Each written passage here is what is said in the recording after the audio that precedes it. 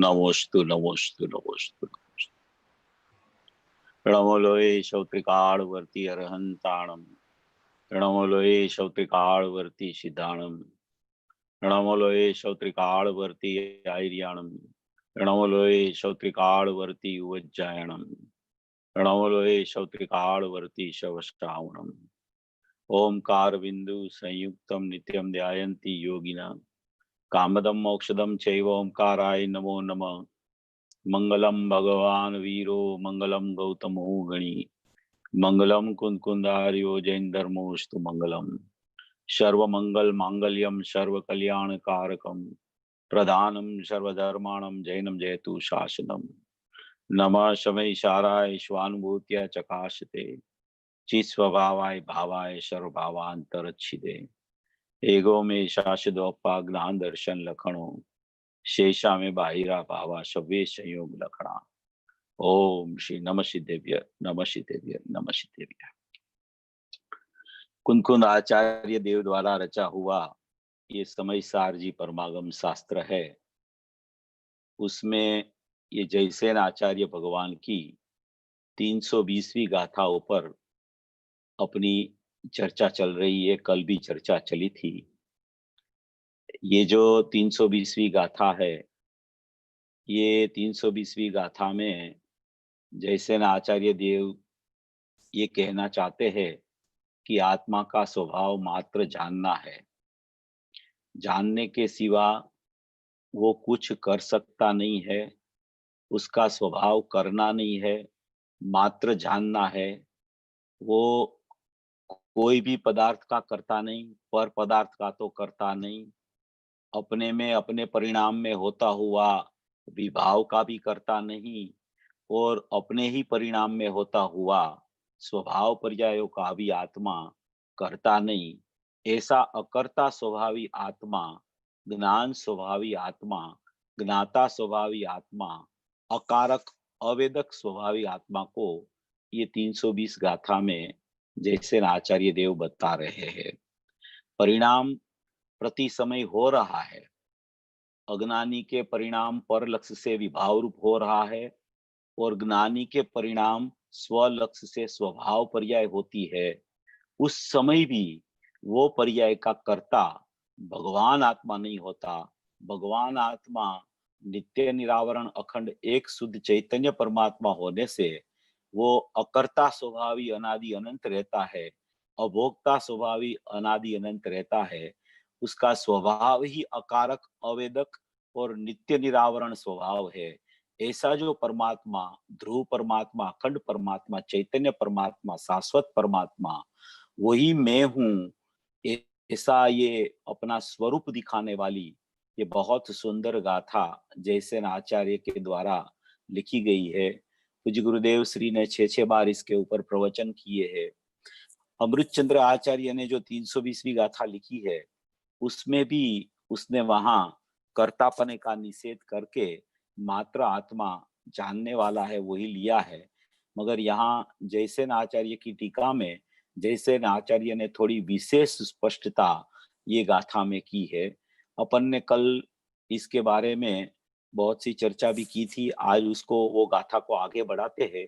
अपने को मुख्य रूप से उसका आखिरी पैराग्राफ में जो सकल निरावरण अखंड एक प्रत्यक्ष प्रतिभास में अविनश्वर शुद्ध पारिणामिक परम भाव लक्षण नीच परमात्मा द्रव्य वही मैं हूँ, ये जो बात जयसेन आचार्य देव ने कही है उसके ऊपर जाना है। तो बीच वाली बात अपन अभी शुरू करके फिर अपन वो चीज पर चले जाएंगे। ये गाथा तो बहुत लंबी है, 1-2 महीना चलाओ तो भी ये पूरी न होए ऐसी गाथा है, क्योंकि गुरुदेव ने भी इसके ऊपर बहुत स्पष्टीकरण किया है। अभी अपना विषय जो यहाँ चल रहा था, अपन ने पहला पैराग्राफ में से कर्ता भोक्ता नहीं है वो बात ले ली थी। दूसरा पैराग्राफ में सर्वविशुद्ध पारिणामिक भाव, परम भाव ग्राहक जो शुद्ध उपादान भूत है, वो शुद्ध द्रव्यार्थिक नहीं से कर्ता भोक्ता या बंध मोक्ष आदि कारण परिणाम उससे शून्य है, वो चर्चा भी अपन ने यहाँ ले ली थी। और बाद में जो चर्चा औपसमिक आदि 5 भाव वाली चर्चा इसमें बहुत महत्वपूर्ण आई है, उसको थोड़ा अपन शुरू करते हैं। इसमें कहना चाहते हैं फिर विशेष कहा जाता है। औपसमिक आदि 5 भावों में किस भाव से मोक्ष होता है, वह विचारते हैं। ये कल थोड़ा लिया था अपन ने। यहाँ कहते हैं, वहाँ औपसमिक, सायोपसमिक, सायिक तथा औदयिक, ये 4 भाव पर्याय रूप है और शुद्ध पारिणामिक भाव द्रव्य रूप है। वह परस्पर सापेक्ष ऐसा द्रव्य पर्याय द्वय, द्रव्य और पर्याय का युगल सो आत्मा पदार्थ है। 5 भाव की चर्चा करते हैं। 5 भाव स्वरूप आत्मा है। इसे तत्वार्थ सूत्र में भी 5 भाव स्वरूप आत्मा को कहा है। यहाँ भी प्रमाण का विषय बताने के लिए 5 भाव स्वरूप आत्मा की चर्चा करते हैं। उसमें से 4 भाव जो है वो पर्याय रूप भाव है, एक भाव है वो द्रव्य रूप भाव है। इसलिए यहाँ औपसमिक आदि, जो औपसमिक, सायोपसमिक, सायिक और औदयिक, ये 4 भाव को पर्याय रूप भाव कहा गया और एक शुद्ध पारिणामिक भाव है, वही भाव द्रव्य रूप भाव है। तो ऐसा यहाँ 4 भाव जो है, उसमें औपसमिक, सायोपसमिक, सायिक है, वो तो शुद्ध पर्याय है। औदयिक है, वो रागादि भाव रूप शुद्ध पर्याय है। ये चारों भाव है, वो पर्याय रूप भाव कहे जाते हैं। और एक शुद्ध पारिणामिक भाव है, वो द्रव्य रूप है।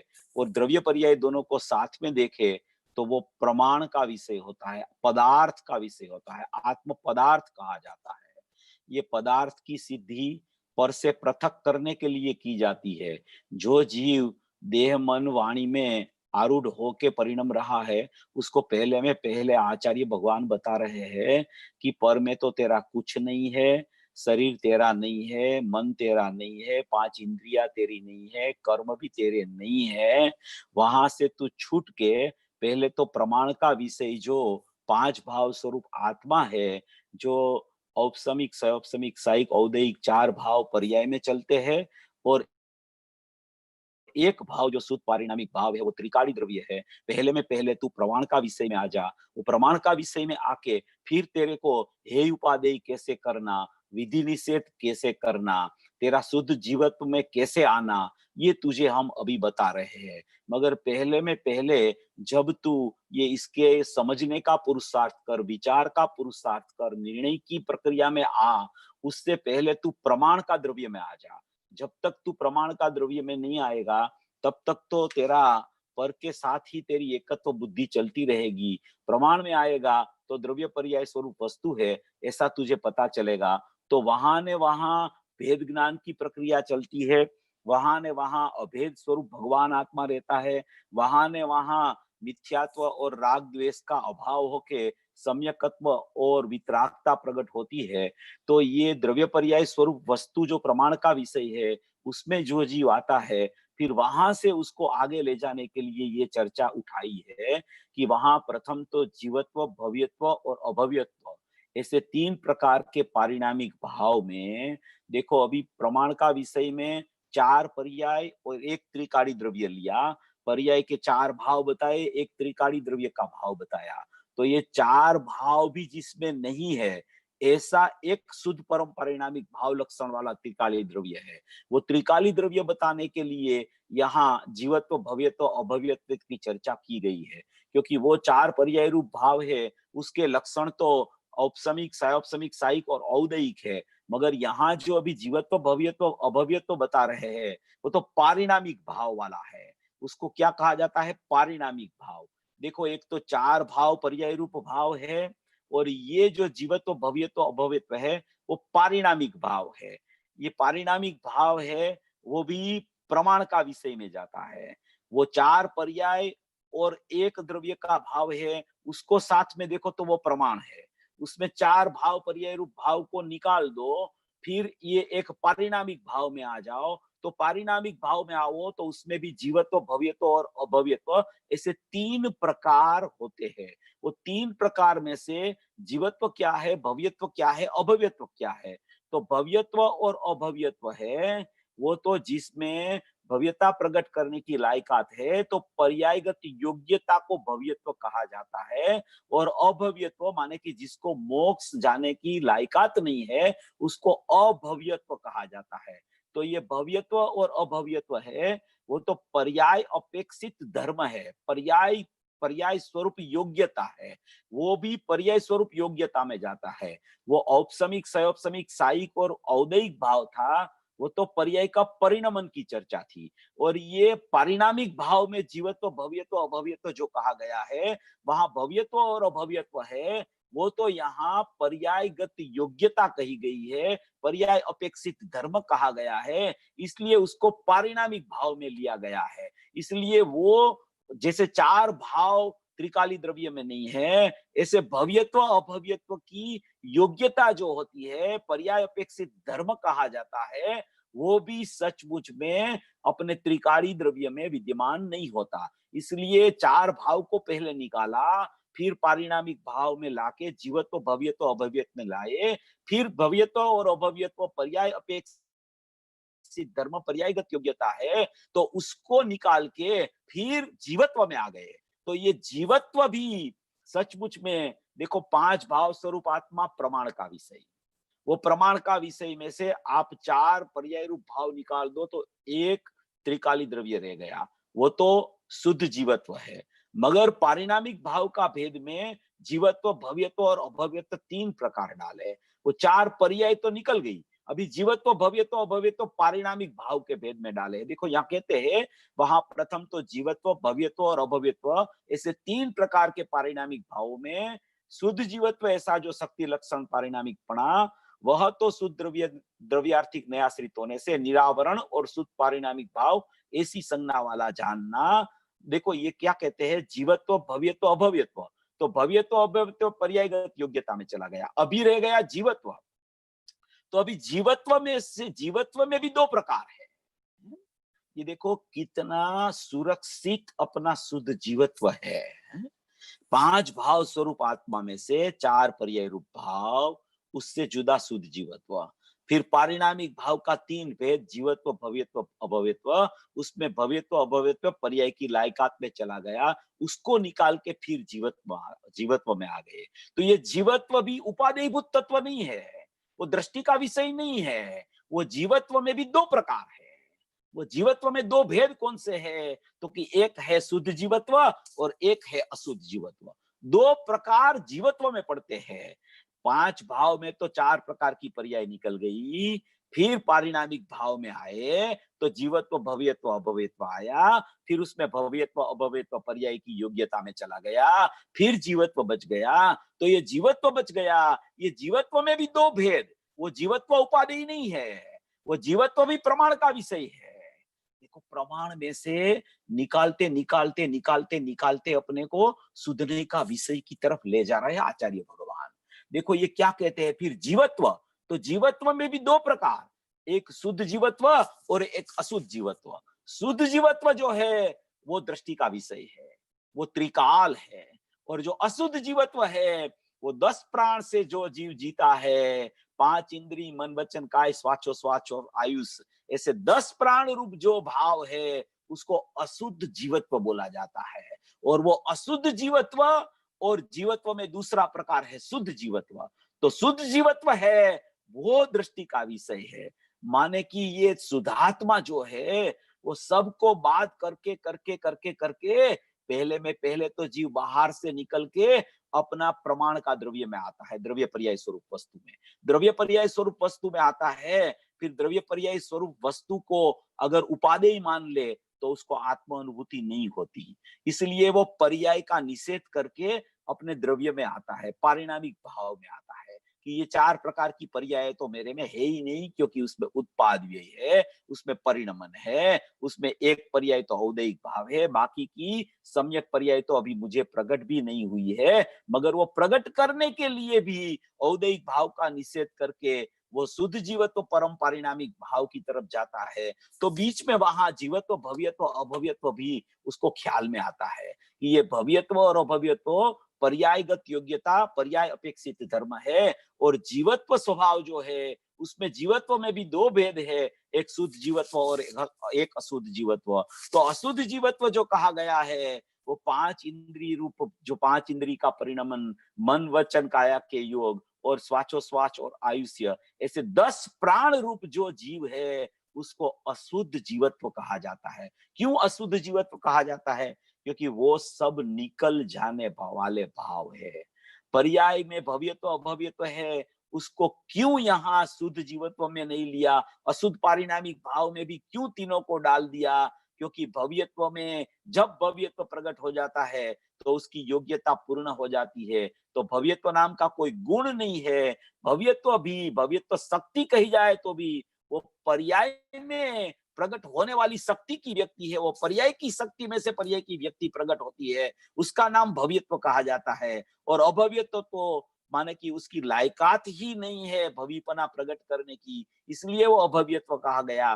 तो उसको भी दूर करके जीवत्व में जीव आता है, तब उसको ऐसा लगता है कि मैं तो 10 प्राण से जीने वाला जीव हूँ। तो यहाँ आचार्य भगवान कहते हैं कि तेरा शुद्ध जीवत्व है वो चैतन्य प्राण से जीता है। ज्ञान दर्शन सुख वीर्य वो सब तेरे चैतन्य प्राण है, उससे तेरा शुद्ध जीवत्व जिंदा रहता है। तेरा अशुद्ध जीवत्व है वो भी नाशवान है, क्योंकि वो 5 इंद्री मन वचन काय और श्वासोश्वास आयुष दशा में नहीं रहते। इसलिए शुद्ध जीवत्व तेरा कायमी स्वभाव है, तेरा त्रिकाल स्वभाव है, तेरा दृष्टि का विषय है, तेरा परिपूर्ण तत्व है। तू ऐसा ही वास्तविक में तू अकर्ता स्वभाविक, ज्ञाता स्वभाविक, नायक भाव स्वरूपी, भूतार्थ स्वभाविक अपरिणामी तत्व है, उसको कहा जाता है शुद्ध जीवत्व। तो वहां प्रथम तो जीवत्व भव्यत्व अभव्यत्व इसके 3 प्रकार के पारिणामिक भावों में से शुद्ध जीवत्व, ऐसा जो शक्ति लक्षण पारिणामिक पना, वह शुद्ध द्रव्यार्थिक नयाश्रित होने से निरावरण और शुद्ध पारिणामिक भाव ऐसी संज्ञा वाला जानना चाहिए। जो शुद्ध जीवत्व कैसा है? शक्ति लक्षण पारिणामिक पना है। फिर वो उसको बताया शुद्ध द्रव्यार्थिक नयाश्रित होने से। शुद्ध द्रव्यार्थिक नयाश्रित माने जो त्रिकाली द्रव्य है उससे ही बात जो करते हैं उसको शुद्ध द्रव्यार्थिक नहीं कहा जाता है। शुद्ध द्रव्यार्थिक नहीं से शुद्ध जीवत्व है ऐसा नहीं होता। शुद्ध जीवत्व मैं हूं ऐसा जानने वाली नई का नाम शुद्ध द्रव्यार्थिक नहीं है। ऐसी शुद्ध द्रव्यार्थिक नई आश्रित होने से निरावरण है। वो कैसा है? शुद्ध जीवत्व निरावरण है, उसको कोई आवरण नहीं है। और शुद्ध पारिणामिक भाव ऐसी संज्ञा वाला उसको जानना, वह कैसा है? वह तो बंधमोक्ष पर्याय परिणति रहित है। कैसा है? बंधमोक्ष की पर्याय जो होती है उससे वो शुद्ध जीवत्व निरावरण है, शुद्ध पारिणामिक भाव है, इसलिए वह बंधमोक्ष पर्याय परिणति से रहित है। परंतु जो 10 प्राण रूप जीवत्व और भव्यत्व अभव्यत्व द्वय वे पर्यायार्थिक नयाश्रित होने से वो सब पर्यायार्थिक नई का विषय है। वो शुद्ध अशुद्ध जीवत्व भव्यत्व और अभव्यत्व वो पर्यायार्थिक नई का विषय है, और शुद्ध जीवत्व है वो द्रव्यार्थिक नई का विषय है। द्रव्यार्थिक नई का विषय माने द्रव्य से द्रव्य को देखना, उसका नाम द्रव्यार्थिक नहीं, और पर्याय को पर्याय से देखना उसका नाम पर्यार्थिक नहीं। तो ये पर्याय को देखना ऐसी नई से देखा जाए तो पर्यार्थिक नई का विषय है, द्रव्य को देखा जाए तो ऐसी नई से देखा जाए तो वो शुद्ध द्रव्यार्थिक नई का विषय है। ऐसे बंधमोक्ष पर्याय परिणति रहित शुद्ध जीवत्व है। परंतु जो 10 प्राण रूप जीवत्व और भव्यत्व अभव्यत्व द्वय ये पर्याय नयाश्रित होने से अशुद्ध पारिणामिक भाव संज्ञा वाले हैं। तो प्रश्न किया कि अशुद्ध क्यों है? तो उत्तर दिया कि संसारियों को तो शुद्ध नहीं से और सिद्धों को तो सर्वथा ही 10 प्राण रूप जीवत्व का तथा भव्यत्व अभव्यत्व दय का अभाव होने से। तो कि अशुद्ध क्यों कहा उसको? 10 प्राण को भव्यत्व अभव्यत्व को अशुद्ध क्यों कहा? उसको पारिणामिक भाव कहते हो, उसको औदैहिक औपसमिक सयोपसमिक साइक भाव नहीं कहते हो, पारिणामिक भाव कहते हो। फिर उसको अशुद्ध क्यों कहा? क्योंकि अशुद्ध इसलिए कहा क्योंकि वो निकल जाते हैं, वो सिद्ध दशा में भी नहीं रहते। संसारियों को तो शुद्ध नहीं से त्रिकाली द्रव्य विद्यमान है, और सिद्धों को तो सर्वथा ही 10 प्राण रूप जीवत्व का भव्यत्व अभव्यत्व दय का अभाव होने से। संसारियों को तो शुद्ध नहीं से उसका अशुद्ध नहीं का अभाव है, और सिद्धों को तो सर्वथा ही 10 प्राण रूप जीवत्व भव्यत्व अभव्यत्व वहां नहीं होता है। 10 प्राण तो चले जाते हैं, भव्यत्व की योग्यता पूरी हो जाती है तो भव्यत्व भाव नहीं रहता है, और अभवीपना तो वहां है ही नहीं। इसलिए संसारियों को शुद्ध नहीं से नहीं है वो, और सिद्धों को तो माने कि वो है ही नहीं, अभाव हो गया है। इसलिए उसको वहां अशुद्ध पारिणामिक कहा जाता है। इसलिए ये सब चर्चा क्यों करी जाती है? क्योंकि शुद्ध जीवत्व में ले जाना है, त्रिकाली द्रव्य बताना है, अकर्ता स्वभाव बताना है, परिपूर्ण परमात्मा बताना है, एक रूप भाव बताना है, शुद्ध स्वभाव बताना है। इसीलिए ये यहाँ अपने को शुद्ध जीवत्व की चर्चा करते करते करते करते यहाँ ले जाते हैं। देखो, ये फिर जो चर्चा इसमें आती है, उसमें बहुत पैराग्राफ में बहुत सी चर्चा है, मगर एक चर्चा बहुत अगत मूल है कि वह पर्याय शुद्ध पारिणामिक भाव लक्षण शुद्धात्म द्रव्य से कथनचित भिन्न है। किस लिए? कि भावना रूप होने से। कौन सी पर्याय? कि जो पर्याय को ऊपर एक पैराग्राफ दिया है कि वो भव्यत्व लक्षण पारिणामिक भाव को यथासंभव सम्यकात्व आदि जीव गुणों के घातक देश घाती सर्वघाती ऐसा नामों वाला मोहादि कर्म सामान्य पर्यार्थिक नहीं से ढंगता है, ऐसा जानना। कर्म का उदय है, यहाँ अभी सम्यक पर्याय प्रकट नहीं हुई, तो निमित्त नैमित्तिक संबंध बता के वो पर्याय से ढंक गया वो भाव, ऐसा कहने में आता है। मगर जब कालादि लब्धि के वश जब भव्यत्व शक्ति की व्यक्ति होती है, भव्यत्व शक्ति नाम की कोई त्रिकाली द्रव्य में शक्ति नहीं है, भव्यत्व शक्ति है, वो भी सचमुच में पर्यायगत योग्यता है, वो पर्यायगत योग्यता प्रकट हो जाती है, उसको भव्यत्व शक्ति की व्यक्ति बोली जाती है। तब यह जीव सहज शुद्ध पारिणामिक भाव लक्षण नीच परमात्मा द्रव्य के सम्यक श्रद्धान ज्ञान अनुचरण रूप पर्याय से परिणमता है। वह परिणमन आगम भाषा से औपसमिक सायोपसमिक और साइक ऐसे भावत्रय कहा जाता है, और अध्यात्म भाषा से उसको शुद्धात्म अभिमुख परिणाम सुदुपयोग इत्यादि पर्याय संज्ञा कही जाती है। ये यहाँ परिणमन की चर्चा की। शुद्ध परिणमन जो जीव को प्रकट हो गया, ऊपर पैराग्राफ ने पहले पैराग्राफ ने लिया था कि शुद्ध ज्ञान परिणत जीव, तो वो शुद्ध ज्ञान परिणत जीव वो कैसे हुआ? कि ये शुद्ध ज्ञान परिणत जीव जब उसकी कालादि लब्धि पक गई और उसकी भव्यत्व शक्ति की व्यक्ति प्रकट हो गई, तो अपना नीच परमात्मा द्रव्य सहज शुद्ध पारिणामिक भाव लक्षण का श्रद्धान करके ज्ञान करके उसमें लीन होके उसको सम्यकत्व की पर्याय प्रकट हो गई, तो उसको यहाँ औपसमिक सयोपसमिक साइक कहा गया। औपसमिक सयोपसमिक साइक माने ये पर्याय में जो शुद्धता प्रकट हुई उसके नाम दिए गए कि औपसमिक सम्यक दर्शन हुआ, सयोपसम सम्यक दर्शन हुआ, कि साइक सम्यक दर्शन हुआ। श्रद्धा में ये तीन भाव प्रकट होते हैं। श्रद्धा में साइक सम्यकत्व हो जाए तो भी ज्ञान का भाव सयोपसम भाव रहता है। ये ज्ञान में एक सयोपसम और साइक होता है, श्रद्धा प्रकट होने में औपसमिक सयोपसमिक साइक कोई भी भाव हो सकता है। प्रथम अनादि मिथ्या दृष्टि को जब सम्यक दर्शन होता है तब उसको औपसमिक सम्यक दर्शन होता है, बाद में एक सयोपसम होता है, और साइक भी किसी को हो सकता है।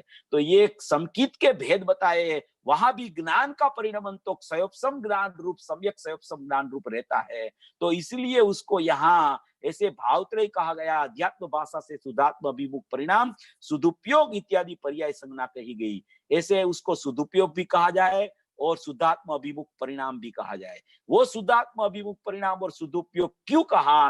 क्योंकि आगम भाषा से उसको औपसमिक सयोपसमिक साइक कहा, क्योंकि उसमें कर्म का अनुदय की अपेक्षा आई, इसलिए वहां आगम भाषा का शब्द प्रयोग किया। और शुद्धात्म अभिमुख परिणाम में कोई सापेक्षता नहीं आती, वो पर्याय निरपेक्ष क्षणिक शुद्ध उपादान से अपने त्रिकाली उपादान को ग्रहण करके परिणमती है, तो उसको कहा जाता है शुद्धात्म अभिमुख परिणाम और सुदुपयोग। और औपसमिक सयोपसमिक साइक वो निमित्त का अनुदय की और निमित्त का माने कि कोई अभाव की सापेक्षता आवे, अनुदय की अपेक्षा आवे, अभाव की अपेक्षा आवे, तो वहां उसको यहाँ वो औपसमिक सयोपसमिक साइक, अभाव तो माने केवल ज्ञान में होता है, मगर अनुदय की कोई अपेक्षा आवे तो उसको यहाँ ऐसा कहा जाता है। इसलिए औपसमिक सयोपसमिक साइक निमित्त नैमित्तिक भाव से ये प्रकट होता है, इसलिए आगम भाषा कही गई। और शुद्धात्म अभिमुख परिणाम और सदुपयोग अध्यात्म भाषा से कहा गया। वो सीधी पर्याय अपने त्रिकाली द्रव्य में एक क्षणिक शुद्ध उपादान प्रकट करके त्रिकाली उपादान का ग्रहण करती है, उसको यहाँ अध्यात्म भाषा कहा गया। अभी ये कहा गया वो पर्याय कैसी होती है, तो कि वो पर्याय शुद्ध पारिणामिक भाव लक्षण शुद्धात्म द्रव्य से कथनचित भिन्न है। देखो, ऊपर कहा कि पर्याय है ही नहीं द्रव्य में, वो पर्याय है ही नहीं द्रव्य में, वहां त्रिकाली द्रव्य सिद्ध करना था। दृष्टि का विषय सिद्ध करना था, उपादेयभूत तत्व बताना था। इसलिए वहां द्रव्य में कोई परिणमन नहीं है, ऐसा अपरिणामी तत्व में हूं, ऐसा शुद्ध तत्व में हूं, ऐसा पहले और दूसरे पैराग्राफ में जाननहार जाननहार जाननहार जाननहार कर्ता भोक्ता नहीं अकारक अवेदक और सर्व विशुद्ध पारिणामिक शुद्ध उपादान भूत, ऐसा बता के वहां त्रिकाली द्रव्य का विशेषण बताया। त्रिकाली द्रव्य का विशेषण बता के पर्याय का सर्वथा अभाव उसमें बताया। दृष्टि प्राप्त करने के लिए त्रिकाली द्रव्य में पर्याय सर्वथा नहीं है ऐसा बोला जाता है, और जब दृष्टि प्राप्त होती है तब वो पर्याय कथनचित भिन्न होती है, क्योंकि उसमें पर्याय में द्रव्य का अहम हो गया और पर्याय में वेदन भी ज्ञान की पर्याय में आ गया। तो ये अनुभव वाली पर्याय है, वो सर्वथा भिन्न कभी नहीं होती, वो कथनचित भिन्न होती है। कथनचित भिन्न भी क्यों यहाँ कहा, क्योंकि दृष्टि का विषय बताना है। अभी अनुभव का अनुभव अनुभूति बतानी हो तो कथनचित अभिन्न कहते हैं, दृष्टि का विषय बताना हो तो कथनचित भिन्न कहते हैं। इसलिए कथनचित भिन्न अभिन्न का प्रकार यहाँ ये कहा कि क्योंकि अगर कथनचित भिन्न न कहे तो अनुभूति सिद्ध न होवे, सर्वथा भिन्न न कहे तो त्रिकाली द्रव्य सिद्ध न होवे। तो पहले में पहले सर्वथा भिन्न के त्रिकाली द्रव्य सिद्ध करते हैं, और फिर जब वो वहां शुद्धात्म अभिमुख परिणाम होता है तब जब सम्यक दर्शनान चारित्राणी मोक्ष मार्ग की सदुपयोग रूप पर्याय प्रकट होती है, तो वहां वो पर्याय आत्मा से कथनचित भिन्न है। कथनचित माने कोई एक अपेक्षा से भिन्न है। क्यों कोई अपेक्षा से भिन्न है, उसका कारण देते हैं। किस लिए? क्योंकि भावना रूप होने से। भावना रूप माने कि पर्याय भावना रूप होती है, त्रिकाली द्रव्य भाव रूप होता है। शुद्ध पारिणामिक भाव तो भावना रूप नहीं है। यह वह पर्याय, यदि वह पर्याय एकांत रूप से शुद्ध पारिणामिक भाव से जो अभिन्न हो, तो वो मोक्ष का प्रसंग आने पर इस भावना रूप मोक्ष कारणभूत पर्याय का विनाश होने से शुद्ध पारिणामिक भाव का भी विनाश प्राप्त हो। इसलिए ऐसा होता नहीं, क्योंकि शुद्ध पारिणामिक भाव तो अविनाशी है। ये पर्याय भावना रूप है, इसलिए उसको कथनचित भिन्न कही है। उसको सर्वथा अभिन्न क्यों नहीं कह सकते? क्योंकि अगर जो वो सर्वथा अभिन्न हो तो मोक्ष मार्ग का तो व्यय होके मोक्ष प्रकट होता है। तब जो मोक्ष मार्ग का व्यय होके मोक्ष प्रकट होवे, तब जो पर्याय कथनचित भिन्न न हो और सर्वथा अभिन्न हो, तो मोक्ष का प्रसंग आने पर पर्याय का नाश से द्रव्य का नाश हो जाए। इसलिए उसको यहाँ कथनचित भिन्न कहा गया है। दृष्टि प्राप्त करने के लिए त्रिकाली द्रव्य में सर्वथा भिन्न है पर्याय। दृष्टि जब प्राप्त हो गई, दृष्टि में ज्ञान भी जब प्राप्त हो गया और आचरण रूप स्वरूप आचरण की भी प्राप्ति सम्यक दर्शन चारित्राणी मोक्ष मार्ग की पर्याय प्रकट हो गई, तब वो पर्याय त्रिकाली द्रव्य से कथनचित भिन्न है, कोई अपेक्षा से भिन्न है, सर्वथा भिन्न नहीं है, ऐसा यहाँ कहना चाहते हैं। अगर सर्वथा भिन्न हो तो अनुभव की पर्याय किसी को प्रकट ही नहीं होवे, और कथनचित भिन्न न हो तो किसी को अनुभव न होवे। इसलिए ये ऐसा लगता है कि कभी बोलते हैं कथनचित भिन्न, कभी बोलते हैं सर्वथा भिन्न, कभी बोलते हैं कथनचित अभिन्न। तो ये क्या है सचमुच में? तो दृष्टि प्राप्त करने के लिए त्रिकाली द्रव्य जब बताना हो तो सर्वथा भिन्न की चर्चा आती है कि पर्याय से सर्वथा भिन्न त्रिकाली द्रव्य है। ऐसा त्रिकाली द्रव्य दृष्टि में जब आता है तब वो पर्याय कथनचित भिन्न कथनचित अभिन्न हो जाती है, उसको अनुभूति बोली जाती है। तो ये अनुभूति की पर्याय से कथनचित भिन्न है, इसलिए वो कथनचित भिन्न का भी व्यय होता है मोक्ष होने पर। इसलिए वो पर्याय को कथनचित अभिन्न कथनचित भिन्न कहते हैं, सर्वथा अभिन्न नहीं कहते हैं। तो ऐसा ये जो ध्रुव स्वभाव यहाँ शुद्ध पारिणामिक भाव यहाँ बताते हैं, तो ये सब बता के फिर ये पैराग्राफ आखिरी पीछे का है उसमें बता रहे हैं कि इस प्रकार यह सिद्धांत में कहा है कि ये तो निष्क्रिय शुद्ध पारिणामिक है। त्रिकाली द्रव्य कैसा है? तो कि निष्क्रिय शुद्ध पारिणामिक है, उसमें कोई क्रिया नहीं है, वो निष्क्रिय शुद्ध पारिणामिक है। क्रिया पर्याय में चलती है, जब क्रिया जिस समय चलती है उस समय भी त्रिकाली द्रव्य निष्क्रिय शुद्ध पारिणामिक रहता है। क्रिया के चलने पर न वो निष्क्रिय क्रियाशील नहीं हो जाता। क्रिया क्रिया में चलती है, निष्क्रिय निष्क्रिय में रहता है। निष्क्रिय ना तो कुछ पर्याय को देता है, ना तो सचमुच में पर्याय निष्क्रिय में से कुछ लेती है। लेने देने का कोई व्यवहार वहां त्रिकाली द्रव्य में है ही नहीं। वो तो त्रिकाली द्रव्य के सन्मुख सक्रिय पर्याय होती है, निष्क्रिय का अवलंबन लेती है। तो पर्याय में सम्यक प्रकार की सक्रियता आ जाती है। इसलिए त्रिकाली द्रव्य तो सदाई निष्क्रिय शुद्ध पारिणामिक है, उसको यहाँ निष्क्रिय शुद्ध पारिणामिक कहा गया। और वो शुद्ध पारिणामिक भाव ध्येय रूप है, वो ध्यान रूप नहीं होता। ध्येय रूप जो परमात्मा है, उपादेयभूत जो तत्व है, अखंड तत्व है, शाश्वत तत्व है, ज्ञायक तत्व है, भूतार्थ तत्व है, निज तत्व है, अकसाय तत्व है, ऐसा जो तत्व है वो ध्यान रूप नहीं है। ध्यान करने वाली पर्याय होती है, मगर वो पर्याय ध्यान ध्येय का करती है, तब वो पर्याय सुखरूप परिणम जाती है। इसलिए यहाँ आधार जैसे आचार्य देव ने योगिंदु देव का भी दिया है कि योगिंदु देव ने भी ऐसी बात कही है, रवि उपजय नवी मरे न बंधो न मोखू करे, जीव पर मथे जोया जिणवरे उभरे। तो कि जीव परमार्थ से उपजता भी नहीं है, परमार्थ से नाश भी नहीं होता है। जीव तो जीव रूप रहता है, ना तो बंध मोक्ष को करता है, ना तो उत्पाद व्यय को करता है। वो जीव तो जीव रूप त्रिकाली निष्क्रिय शुद्ध पारिणामिक रहता है, पर्याय में परिणमन हो जाता है। ध्रुव तो ऐसा न ऐसा, ऐसा न ऐसा, ऐसा न ऐसा, सदाय त्रिकाल अवस्थित अपनी सत्ता में रहता है। उसकी चर्चा करते करते करते अभी ये जो आचार्य भगवान ने नीचे एक सूत्र दिया है, वो उसकी बहुत महत्वपूर्ण चर्चा है। थोड़ा मैं 15-20 मिनट का टाइम है आपके सामने रखता हूँ। आप लोग इनको बराबर ये प्रवचन ध्येय पूर्वक ध्येय में छपे हुए हैं, प्रवचन नवनीत में छपे हुए हैं, अध्यात्म प्रवचन में छपे हुए, रत्नत्रयी में, इसको सुन के गुरुदेव के माध्यम से सुन के पढ़ के इसका निर्णय करने की बात है। जब तक स्वरूप का निर्णय नहीं होता, स्वभाव का निर्णय नहीं होता, ध्येय का निर्णय नहीं होता, त्रिकाली सत्ता का निर्णय नहीं होता, अपरिणामी तत्व अखंड एक ज्ञायक भाव है, उसका जब तक जीव को निर्णय नहीं आता, तब तक वो निर्णय वाला निर्णय जब तक नहीं आता, तब तक उसको सम्यक होने की पात्रता योग्यता पकती नहीं। निर्णय के बाद में मिथ्यात्व गलना शुरू होता है। जब तक निर्णय नहीं आता, तब तक सचमुच में मिथ्यात्व गलना भी शुरू नहीं होता। और वो निर्णय कौन सा? शुद्धात्म तत्व का निर्णय, त्रिकाली द्रव्य का निर्णय। ऐसा निर्णय वो मूल चीज है। वो निर्णय, निर्णय किसे बोलते हैं? सचमुच निर्णय की व्याख्या क्या है? निर्णय करो, निर्णय करो, निर्णय करो, ऐसी बहुत बात आती है। तो निर्णय कहते किसको है? निर्णय की व्याख्या क्या है? निर्णय का स्वरूप क्या है? सचमुच में निर्णय इसे कहते हैं कि जो चीज का निर्णय होता है, जैसी अपनी त्रिकाल चीज का निर्णय होता है, उसका फिर से विचार न करना पड़े, उसको निर्णय कहा जाता है। जो चीज का निर्णय होता है, उसका बार बार विचार नहीं करना पड़ता, उसको निर्णय कहा जाता है। ऐसा निर्णय जीव को अज्ञान दशा में, विकल्पात्मक दशा में ऐसा शुद्धात्मक तत्व का निर्णय आता है।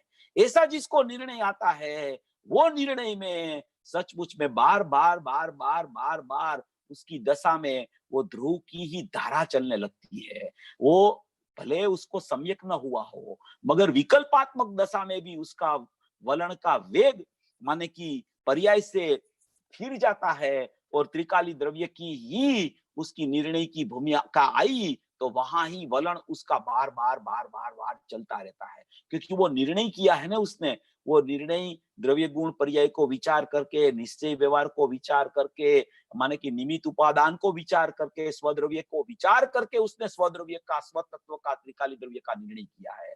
ऐसा निर्णय करने वाला जीव है। वो जीव फिर बार बार बार बार पर्याय की सोच में, निमित्त की सोच में नहीं रहता। अगर वो बार बार उसकी सोच में चला जाता है, तो उसको सचमुच त्रिकाली द्रव्य का निर्णय नहीं हुआ।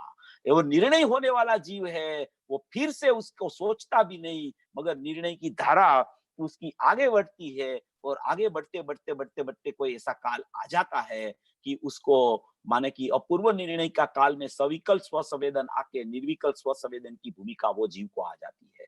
तो ऐसा यहाँ जो मूल स्वरूप बता रहे हैं, वो क्या बता रहे हैं? देखो आखिरी पैराग्राफ में है कि विविकसित एक देश शुद्ध आश्रित यह भावना, अर्थात जिसे कहना चाहते हैं ऐसी आंशिक शुद्धि रूप यह परिणति, निर्विकार स्वसंवेदन लक्षण सायोपसमिक ज्ञान रूप होने से, यद्यपि एक देश व्यक्ति रूप है, तथापि ये क्या कहते हैं कि ये निर्विकार स्वसंवेदन लक्षण सायोपसमिक भाव रूप होने से एक देश व्यक्ति रूप है।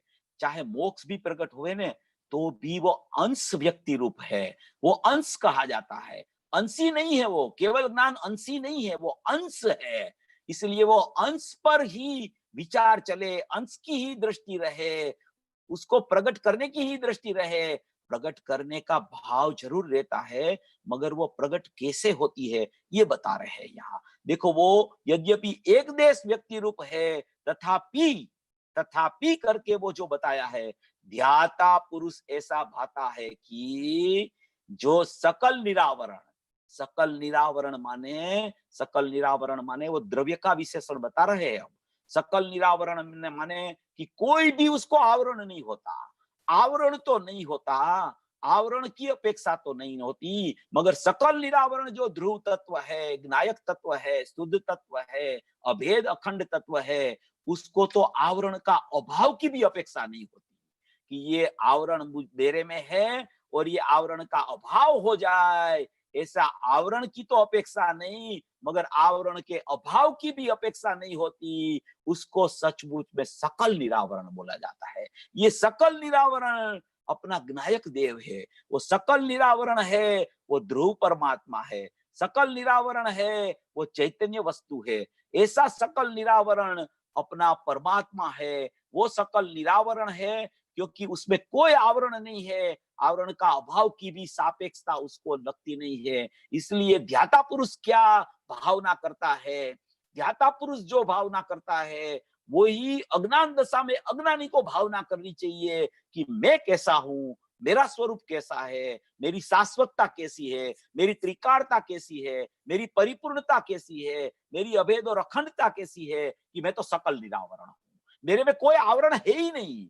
आवरण है ही नहीं, इसलिए आवरण का अभाव हो जाए ऐसी अपेक्षा भी मुझे लगती नहीं है। देखो, क्षयोपम और क्षायिक भाव, उसको तो आवरण सावरण कहने में आया है, क्योंकि वो आवरण की अपेक्षा उसमें लगती है। इसलिए आवरण की अपेक्षा, जिसको आवरण का अभाव की भी अपेक्षा लगे, उसको क्षायिक भाव और क्षयोपम भाव कहने में आया। मगर ये सकल निरावरण जो है, उसको तो सचमुच में कोई अपेक्षा ही नहीं लगती। ऐसा सकल निरावरण परमात्मा त्रिकाली ध्रुव तत्व में हूं, क्योंकि चार भाव को आवरण वाला कहा, उदयिक, औपसमिक, सयोपसमिक, साइक। मगर मैं तो सचमुच में सकल निरावरण परमात्मा हूं। आवरण तो मेरे में है ही नहीं, मगर आवरण का अभाव की अपेक्षा भी मेरे में सचमुच में होती नहीं। ऐसे नियम सार में बहुत चर्चा आई है। इसको आवरण वाला, आवरण का अभाव की अपेक्षा भी नहीं है, ऐसा कहा। तो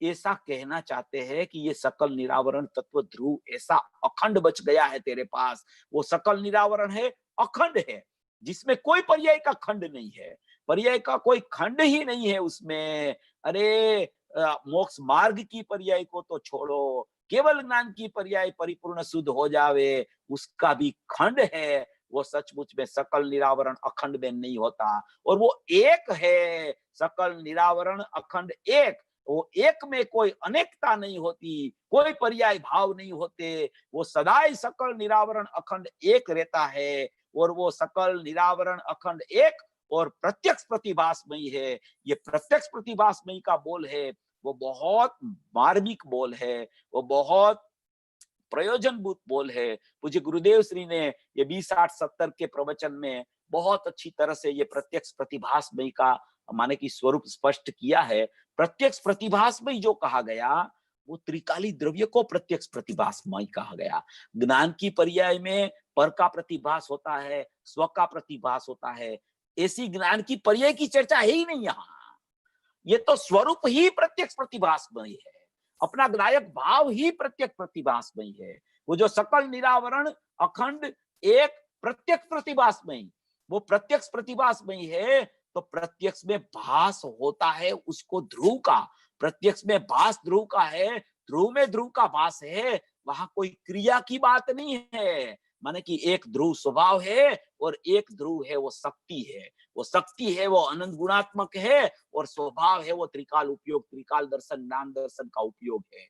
वो त्रिकाल दर्शन, ज्ञान दर्शन का उपयोग में त्रिकाली अनंत गुणात्मक चैतन्य परमात्मा है। वो ध्रुव में ध्रुव का प्रतिभास अंदर निरावरण सत्ता में, अखंड सत्ता में, एक सत्ता में प्रत्यक्ष प्रतिभासमय पना है अंदर में।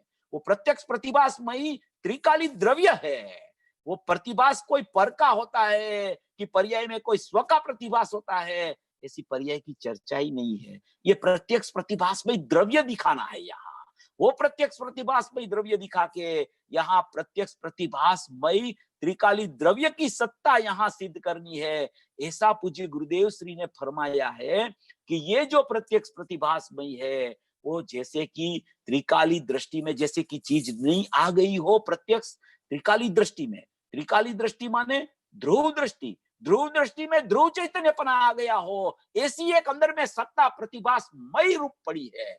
वो नियम सार की चर्चा करके पूज्य गुरुदेव श्री उसमें फरमाते थे कि नियम सार में वो बात आई है कि स्वरूप प्रत्यक्ष ज्ञान है। स्वरूप प्रत्यक्ष ज्ञान जो 11वीं 12वीं गाथा में आता आया है कि स्वरूप प्रत्यक्ष ज्ञान, वो स्वरूप प्रत्यक्ष ज्ञान माने वो पर्याय स्वरूप की प्रत्यक्ष होती है, वो बात नहीं है।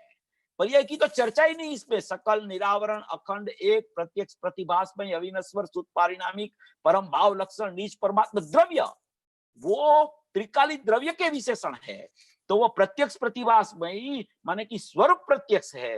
नियम सार की चर्चा करके पूज्य गुरुदेव श्री ने इसको खोला कि कारण ज्ञान भी ऐसा है कि जिसमें ध्रुव का प्रतिभास हो गया, ध्रुव में ध्रुव जानने में आ गया।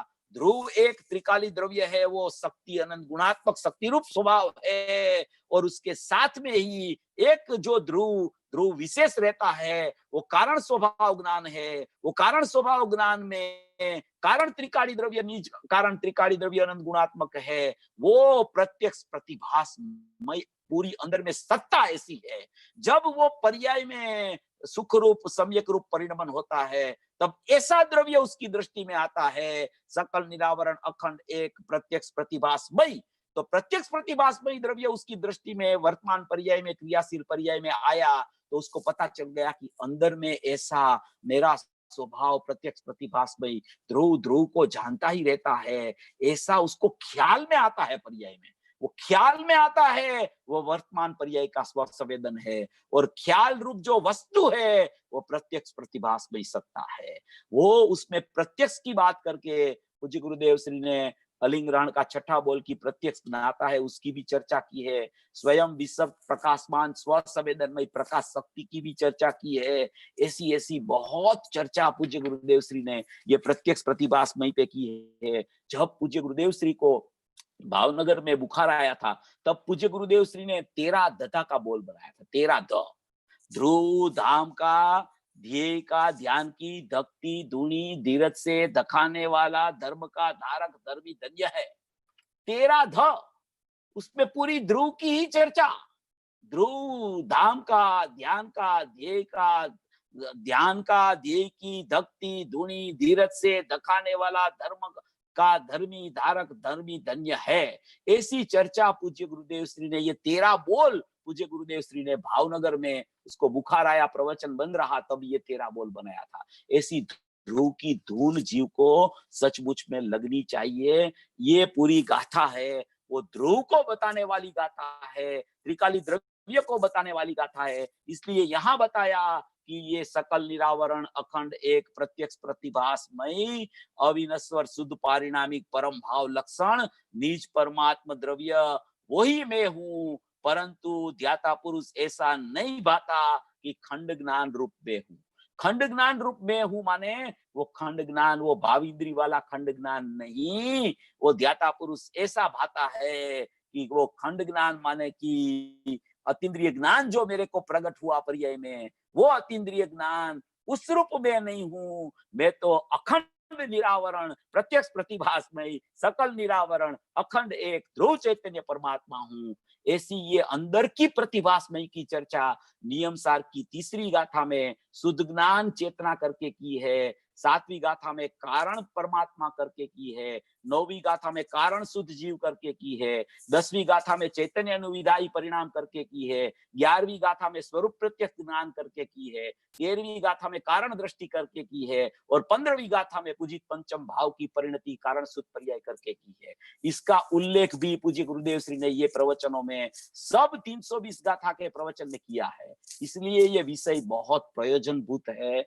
ये विषय माने कि अंदर में ग्रहण करने योग्य है, मगर पहले में पहले ऐसी निर्णय की भूमिका जीव को आनी चाहिए, हैं? कि कोई द्रव्य प्रति एकांत विकल्प रूप राग न चलता रहे और पर्याय प्रति एकांत द्वेष न चलता रहे, और राग द्वेष से पृथक ऐसा अपना एक ज्ञान मध्यस्थ होके अपने स्वरूप को ग्रहण करने के लिए अपनी निर्णय शक्ति को माने कि एकदम निर्णय शक्ति अपनी प्रकट करने के लिए पुरुषार्थी बन जाए कि मैं कैसा हूं, कि मैं सकल निरावरण अखंड एक प्रत्यक्ष प्रतिभास में अविनाश्वर शुद्ध पारिणामिक परम भाव लक्षण निज परमात्मा द्रव्य वो ही मैं हूं, ऐसा जब उसको ख्याल में आता है तब उसको शुद्ध ज्ञान परिणत जीव बोला जाता है। जो पहले पैराग्राफ में कहा कि शुद्ध ज्ञान अथवा शुद्ध ज्ञान परिणत जीव वो ना तो बंध का करता है ना तो मोक्ष का करता है,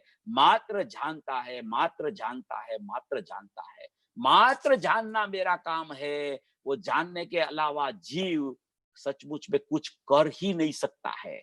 करने की शक्ति का 100% अभाव है, जानने की शक्ति का 100% आत्मा में सद्भाव है। ऐसी एक अपनी चैतन्य सत्ता